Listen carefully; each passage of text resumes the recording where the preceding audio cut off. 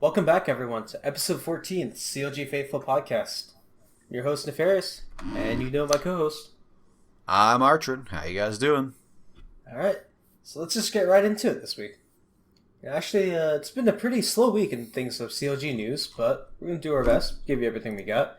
Starting things off, I know the league team didn't play, CLG Black and the main team, but we just wanted to give you a small MSI update. So the 6 teams that have been confirmed for the group stage, previously confirmed was SK Telecom, World Elite, G2 Esports, and then joining them from the group stage is NA's Team Solomid, Flash Wolves, and the Gigabyte Marines. And the top 4 seeds will get, the top 4 will get first seed for the region at Worlds. Yeah, and I mean, everyone probably saw it on the League of Legends subreddit, but I really want NA to do well here, but at the same time, watching TSM just get dominated really makes me feel good on the inside. It feels good. Yeah, I want North America to get seeded to Worlds, but I also want to watch TSM get wrecked. So maybe TSM can go like 3-2 against everyone they play, and in those 2 games just like completely bomb. Get like 20-minute kill, like get 20-minute game, couldn't even surrender, and just like, just totally bomb in general. That would be awesome. Just get that top 4. That's all we care. Yeah. Get top 4, but bomb super duper hard. That would be fantastic. All right, so moving on to CSGO.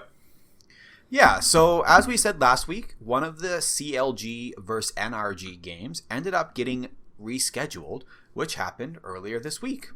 And it happened on Mirage, and I mean, truthfully, this game was ridiculous. Papa Pujan, aka FNS, is having a really good time. By half, CLG was up 13-2. NRG did have a good comeback in the pistol round, though, and brought it to 13-7. But then CLG just closed it out and 16-7 win the game. Also, at some point in that game, I couldn't find exactly what round. Rick A teabagged a guy. Of course. But Papa Pujan, he was ridiculous. I think he almost had a 30k round, which is fantastic. It's all about asserting your dominance. Exactly. So we'll move on. Earlier this week, CLG played Team Liquid in the Faceit TV ECS. They played Map 1 on Cobblestone. And it started off pretty bad for CLG, going 6-3 really early. But round 10, freaking Papa Pujan, FNS, went beast mode.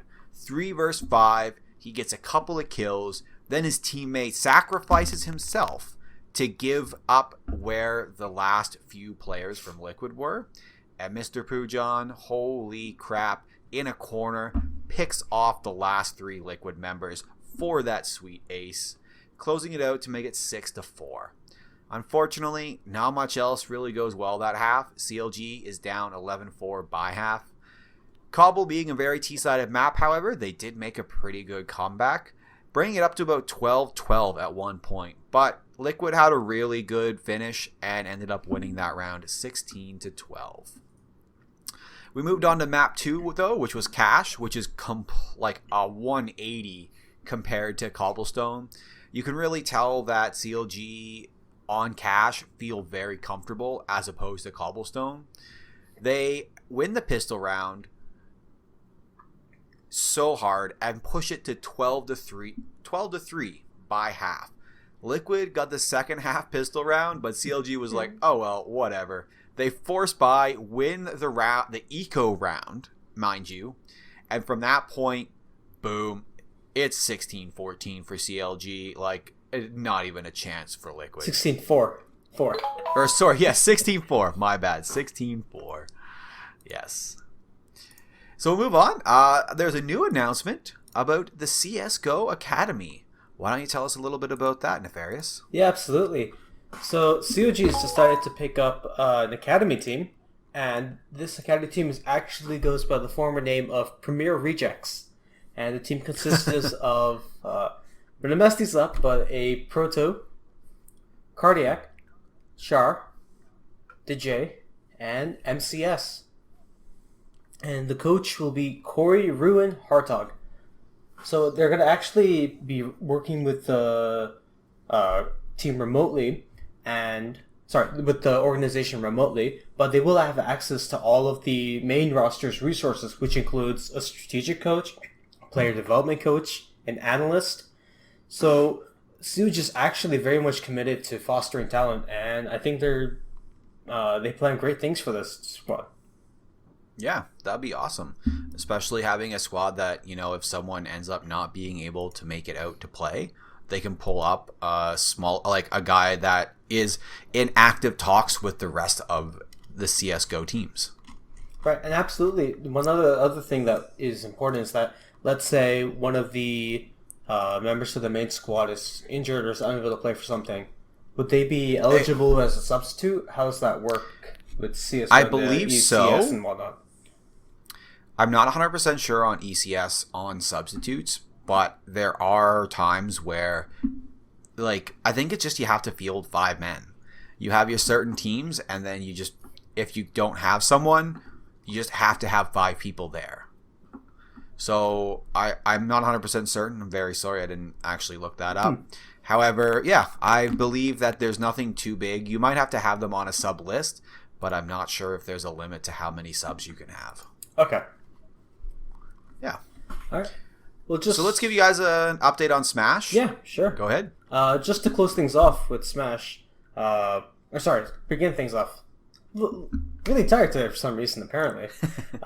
Just to give an update from what we said last week, we started with NatCat and we talked about Smash Vector Toluca. And as we were doing the recording last week, so NatCat was actually still playing and rounds were still being finished. Now, NatCat finished 5th place, and I would actually give you the full tournament bracket and how it played out. But unfortunately, Smash.GG's bracket was absolute garbage, and I couldn't make it work. I'm sitting there, I'm searching for NatCat, it's not there. The bracket just stopped. I don't understand how you can do that, but it just disappears. So, unfortunately, don't have the full information this time. We'll definitely look again, and if next time that happens, hopefully there'll be a more complete bracket. All right, so I do just want to pop in. Yeah, go for it. We did have NatCat updated as finishing 5th last week. Oh, did we? Yes. Oh, well, that explains so much. God. It's all right. So that last so 2 minutes, guys, just pretend it didn't happen. We'll leave it there just because we like bloopers, but yeah. Oh man. All right, well, we're so professional. Let's move on because we got some awesome Overwatch news. The CyberPower PC 2017 Extreme Gaming Series Spring Invitational. Holy crap, that is quite the mouthful of words.